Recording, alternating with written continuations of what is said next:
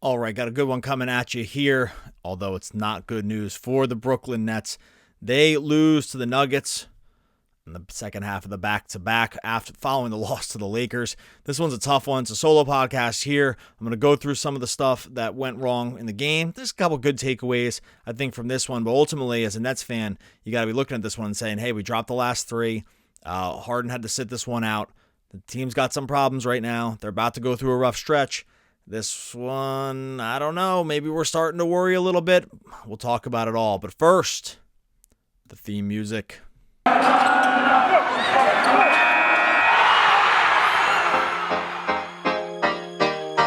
are Locked On Nets, your daily Brooklyn Nets podcast. Part of the Locked On Podcast Network, your team every day.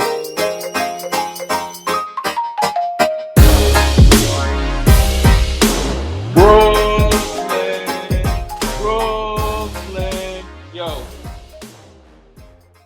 All right, welcome back to the Locked On Nets podcast on the Locked On Podcast Network. Your team, the Brooklyn Nets, every single day. Gotta say thank you for making us your first listen. We're free and available on all platforms, YouTube, iTunes, all the great places. Make sure you subscribe over to that Locked On Nets YouTube channel. And also make sure you're visiting our friends over at Prize Picks. There's only one place that has you covered. Don't hesitate to check out prizepicks.com. Use the promo code NBA. Go to your app store, download the app today. Prize Picks is daily fantasy made easy.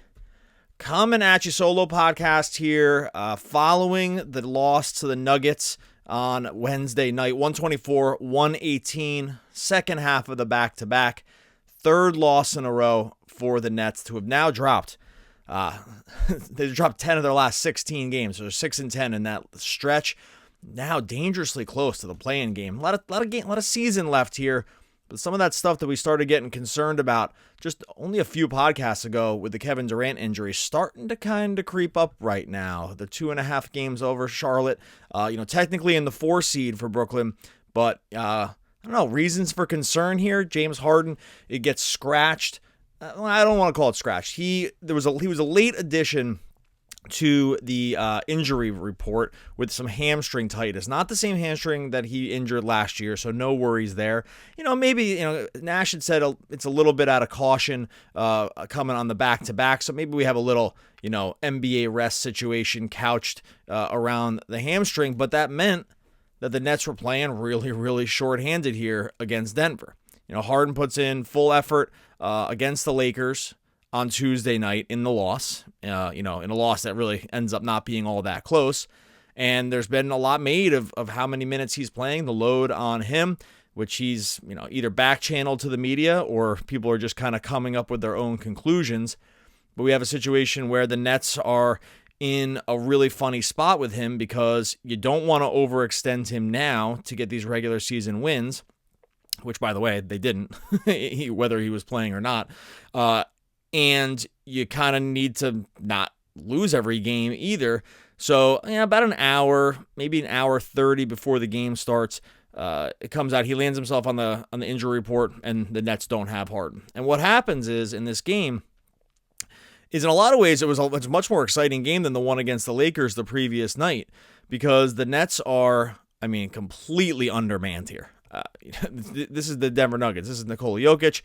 This is a full-strength team. They got Barton back. They got Monte Morris in the lineup. Aaron Gordon's obviously back as well. They've been sort of missing these guys at times.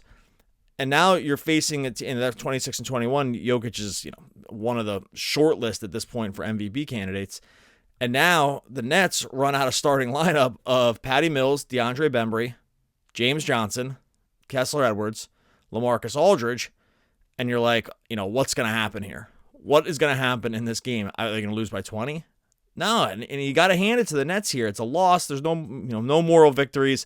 A loss is a loss. It drops them in the standings. But when you look at the fight that this team put up, you can still find reasons to be proud of the Nets. Are we frustrated? Sure. Are we starting to get a little worried about this, drop in the standings and, a tough stretch coming up here for the Nets in terms of schedule? Yeah, but then you look at this game and you say, okay, well, there are good takeaways we can take here. There's a lot of fight in this team. This was definitely a winnable game. Definitely. We'll go through some of the key sequences at the end where they ended up sort of stumbling and giving the game away. I think they gave the game away as much as they lost it in the way that this kind of thing unfolded. But you have to go kind of next man up, and then we're beyond next man up here with the Nets as it is. But ultimately, they lose by 6 points. But can we take good things away from the game? I think we can. I think we're going to be on the razor's edge in terms of where we land in Nets fandom right now, or just folks talking about the Nets, because yeah, it's a loss, but there's a lot of good things that came out of this game, I guess. But then you still have to go back to the loss piece. So ultimately the Nets lose.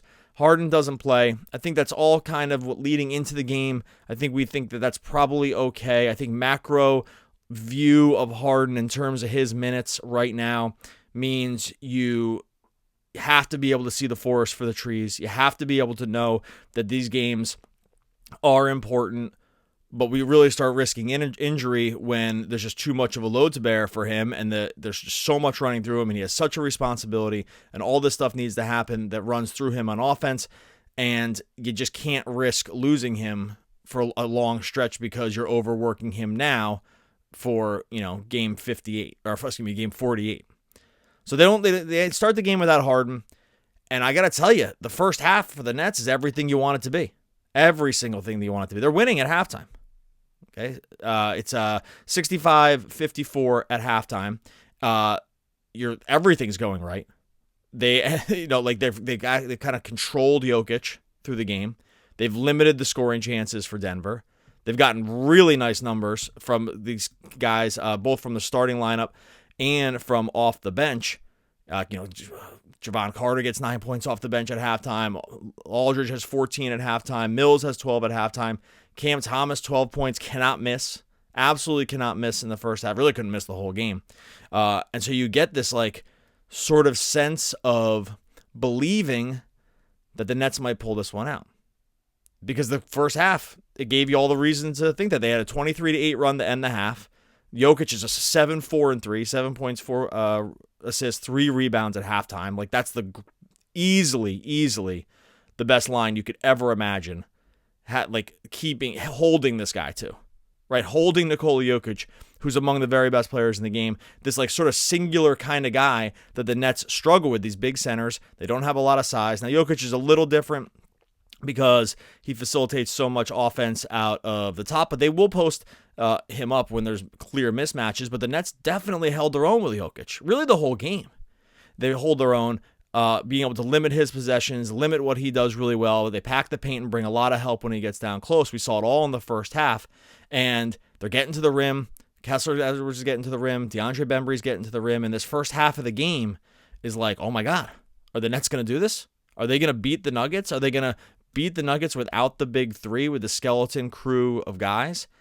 And that first half gave you every indication that this was a team that could hang. Yeah, did some things go right for them? Sure. But there's tons of energy. The energy was there the whole game, even when it started to get a little sloppy. And this is the part where you look at the game and say, okay, there are a few positives we can take. It kind of has to stop there because ultimately they lose, and when we look in the standings, this is where it's it's going to land as a loss. It's not going to land as a moral feel good loss or something like that. You don't get extra points for it. But there was a lot of fight to this team. They showed that they're a bunch of professionals that can handle having the 3 best players on the team and some of the best players in basketball out for the entirety. And they're going to turn to these sort of young players and some cagey veterans also to make this a really, really competitive game with a really strong Nuggets team. So ultimately they end up losing. We'll go through some of the stuff that happened here in a second, but I think when I come away from this game, my overall thought is I'm still very concerned because on a macro level, this puts the Nets in a weird spot, 4th in the East. Like I said, it's getting a little too close to the play-in game for comfort. We had this, we've had these talks about Harden in terms of, does he want out? This is the stuff that's been floating around. No, he doesn't want out. He's perfectly happy here. They're not going to trade him, blah, blah, blah. And then he sits out. So there's all this Harden stuff floating around. We already know the stuff with Kyrie. And it's just kind of another game in a season of Nets stuff where it's hey, can things just be normal for 2 seconds? Can the season just be Can we just get like one normal 4-day stretch? That feels pie in the sky. Can we get one normal 2-day stretch? It's just not going to happen, just the way things are shaking out right now.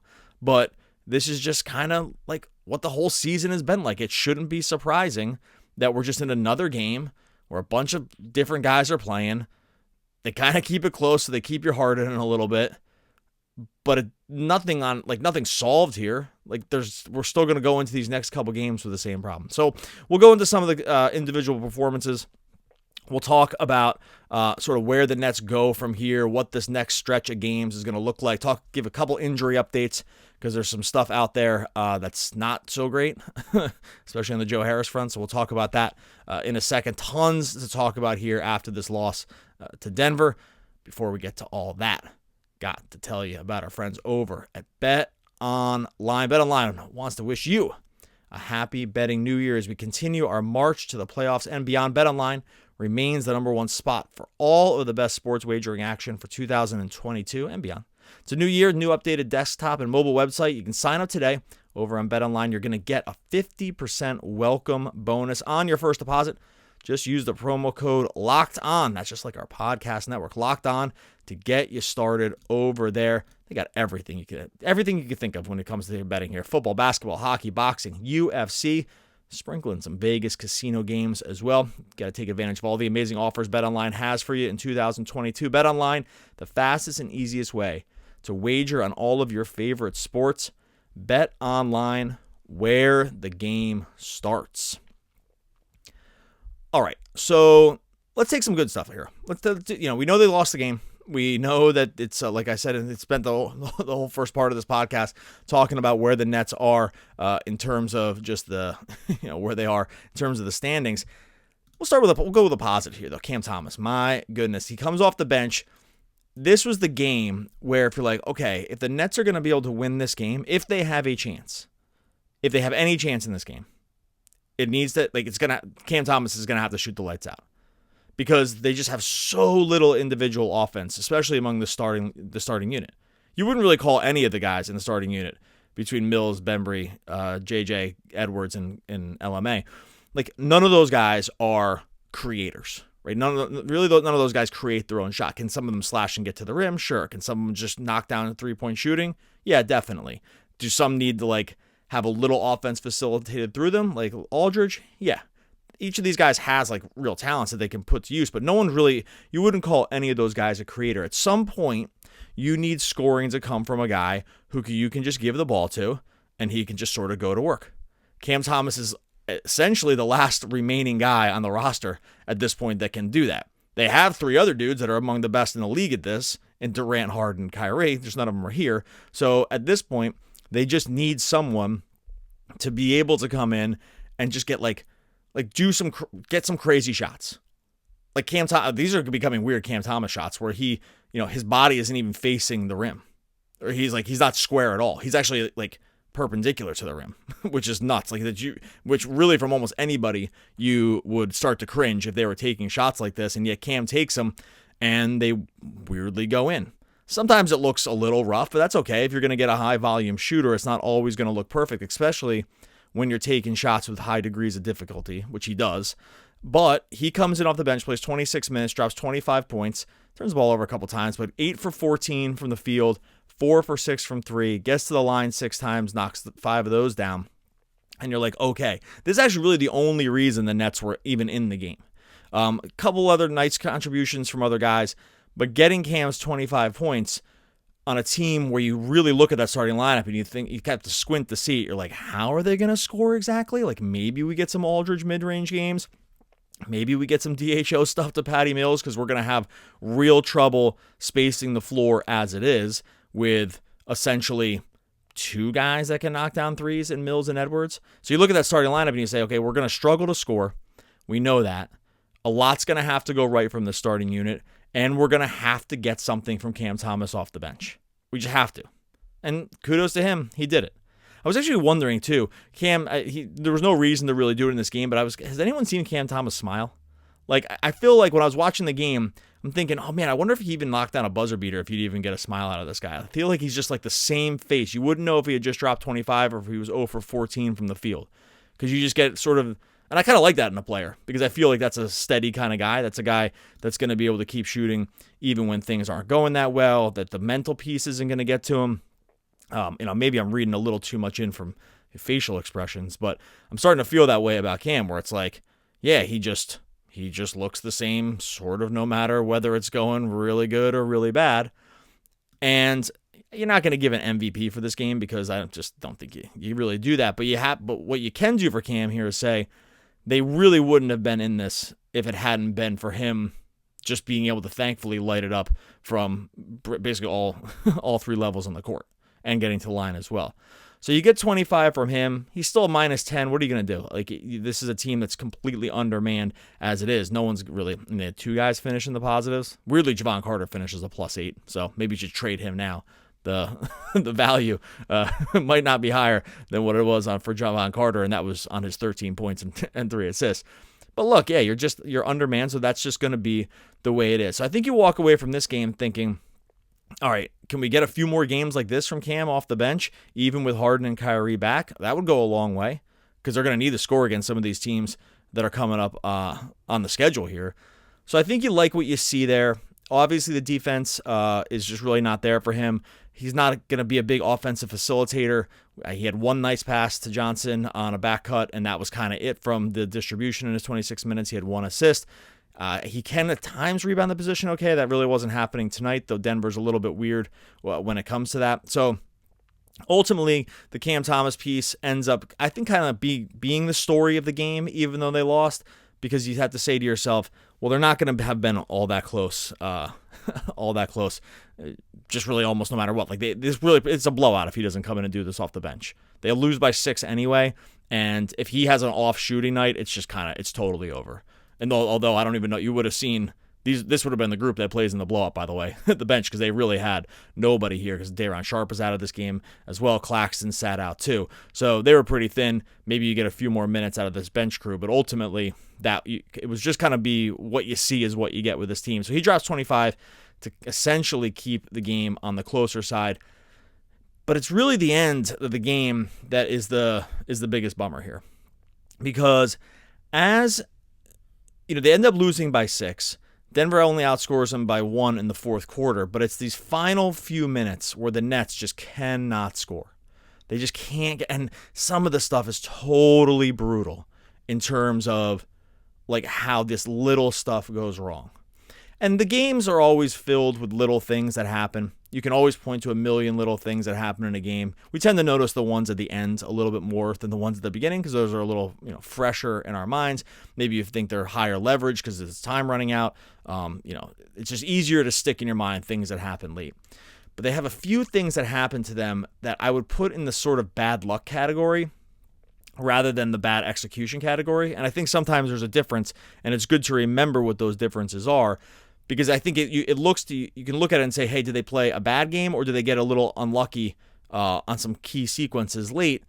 And I think the luck piece factored in. First piece of bad luck, weirdly, is that DeMarcus Cousins gets his second technical on just like totally freaking ridiculous. I can't believe he doesn't think he's going to get a tech, which you're like, okay, who cares? It's a technical foul.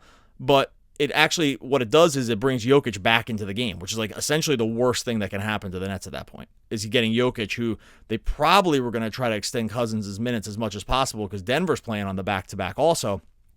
And when Cousins gets booted, they have to bring Jokic back in. You're like, oh, no. Like maybe we're going to get 4 more minutes of the Boogie experience instead of having, a top 3 player in the NBA come back in. So Boogie gets booted. That's like at like the 8-minute mark or something like that. But it's these last few minutes that where you're like, no, these little things that happen, and some of them are just totally basics. 70% of the time, a lot of the stuff, especially the first piece, doesn't happen. But with about 3.5 minutes left in the game, it's 116-113. Nets have the ball, and they get LaMarcus Aldridge to the line. And Aldridge, who, veteran, is going to be basically unfazed, right? This is like, it's not like big spots are going to really get to him at all. This guy's a freaking 87% foul shooter this season. So, like, this is lining up to be actually a pretty good situation for the Nets, and he misses both free throws. And you're like, oh my gosh, like how many times is this going to happen? It's a 3-point game. Again, like 87% of the time, he is going to cut this, or that's a little bit wrong. It's like a little bit less, like 84% of the time, he's going to cut it to a single point game here. Ends up missing both. Also, Aaron Gordon comes down, makes a 12-foot pull-up shot. And then, okay, we're still kind of in it. Still kind of in the game here. Edwards misses a 3, and then the ball gets batted around a little bit after a Denver miss, and then the Brooklyn gets it back, and Patty Mills has a wide open look from foul line extended from 3 and doesn't make it. And he's hit so many big shots this year, Patty Mills. Again, you're not blaming anybody for this. It's just these little ways that the ball goes wrong in the worst kind of spots. Because if he hits that 3, which again, you have to think he hits that a high percentage of the time, just being such a good 3-point shooter and being incredibly clutch this season, just the way things are going for him. He misses that one. That would have still cut it to 2 with 2 minutes and 20 seconds left. This is part of this piece at the end where they just can't score. They score like 1 point over a 4.5 minute stretch. And just nothing is going right. They're still kind of in it at 118, 113. They get another foul on Jokic on a James Johnson getting to the basket. He makes one and then misses the second. That would have cut it to 3 at that point. And then at that point, the Nuggets just kind of start pulling away. Jokic gets to the line. Then it's a 6-point game. They still have a chance near the end. They still, there's this one last possession, and this is the last one. Aldridge actually gets a little behind Aaron Gordon, slip pass, and for what is, it's sort of a difficult contested layup, but you think Aldridge has a good chance. It's still a pretty good look. That would have cut it to 4 with, some time left, and Aaron Gordon blocks it, and that's when you can pretty much call it. That's at like 1.5 minute left in the game. So all this stuff right at the end where they fought so hard to stay in it, they've made it a game. They're punching so far above their weight in this one that it's like kind of feeling a little bit ridiculous. And just a couple of these little things go wrong. And, do they win the game if Aldridge hits both free throws and Patty Mills hits the 3? Nah, it's still going to be close. They still might not pull it out, but they at least would have been in it. And it just ends up not happening. So ultimately, they lose the game. Can't really blame anybody for this one. I'm sure people are going to take shots at Nash, like for, Cam Thomas comes out for, I know, maybe people thought he was coming out for too long when he's got, clearly has the hot hand. I'm not going to kill Nash totally for that one, but I'm sure some people will. Ultimately, I think, you look at this game and you say, they fought pretty hard in this one. It was clearly a better game than the night before against the Lakers. Adam and I went to the Laker game. It was like not even half, 3/4 of a Lakers home game. If you're watching that one or at it, Lakers fans definitely outnumbered or at least cheered what was happening there in Brooklyn. Makes sense to some degree because it's LeBron and the Lakers and they travel really well. But it was a little shocking to hear just the crowd support for the Lakers in that game. Ultimately, we had a good time at the game. Just like fun to be in the stadium, fun to see everyone, fun to see at least LeBron and see Harden and these guys, and Anthony Davis makes his return. The game wasn't all that good, especially near the end, even though Harden put up a hero effort. But all things considered, we'll talk a little bit more about that one, just about the experience in Barclays as we get going later in the week and Adam comes back. But of the 2 games on the back-to-back, this was clearly the more competitive one for Brooklyn, which you would have been shocked about when the second you found out Harden was out for the game and they're playing with this crew. So tough loss. Like I said, 1.5 out of the play-in game right now over Charlotte because Charlotte wins. They put up 158 early in the night. I mentioned earlier that there's some not so great injury stuff. It came out earlier or late yesterday. Joe Harris is getting a second opinion on his left ankle, that he's had a setback. He's been out since November, and that he's had a setback in bringing the ankle back online. We thought he was going to be back at this point, and so he had the surgery. This was coming from Chris Haynes over at Yahoo, and that he was dealing with what Nash called irritation in the ankle, and now that they're going to say he's going to out at least till after the All-Star break, but they're saying that's the earliest. So we went from a 4 to 8 week timeline. We're well beyond that at this point. We'll be way beyond it after the All-Star break. And it's just another one of these situations where, it's just a bummer where they are with Harris here. And every team deals with injuries. We know this. Sometimes it can feel like your team deals with more injuries than other teams. That's, in the aggregate, that's simply just not true. Do the Nets deal with some weirdness more than other teams? Yeah, it seems like it when you add the Kyrie piece into this whole thing. So, but Harris is a key component for what they need to do and what they want to do in the future. His floor spacing, we talked about it, no matter what you think about him in the playoffs or whatever, even the most, delusional of Nets fans would at least agree that they could really use his shooting right now. And Adam and I would both make the contention that they could use it over the long term as well.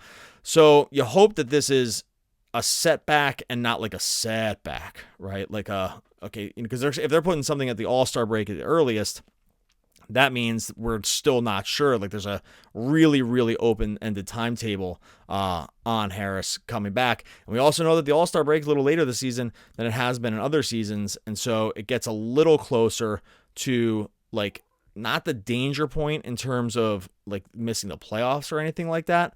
But, like I said, this is just... The All-Star break is, mid-February, and the season ends, the regular season ends in April. So you're looking at, a 2-month timeline, maybe at most for Harris when he actually ends up coming back to the court, and you hope that that's with no other setbacks. And so, I don't know, Nets fans, I want to be positive here, and I think there's, still reasons to be positive. This is a really critical stretch they're coming up on here now. They clear away the Denver game, a few days off, then Saturday at Golden State, Tuesday at Phoenix. Those are going to be really tough games, even with Kyrie and hopefully Harden back at that point. You get at Sacramento. That should be a win because they completely stink. But and then you go at Denver, and then you go at Utah. Go at Utah and at Denver again.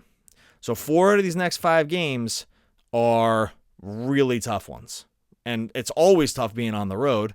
And maybe it's a little easier for the Nets this season because of the Kyrie piece.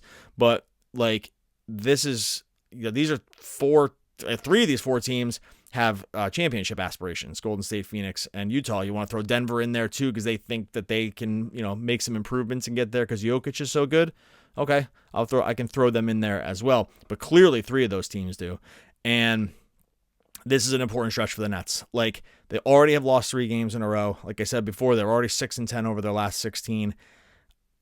There's worlds where we're having a much different conversation. And we talked about this right when KD got hurt. This was going to be a very tough stretch through this. We started it with the Los Angeles game, with the Laker game, where we were like, hey, heads up, because once they hit LA, Denver, Golden State, Phoenix, Sacramento, whatever, Utah, Denver, that's one of their toughest stretches of the entire season.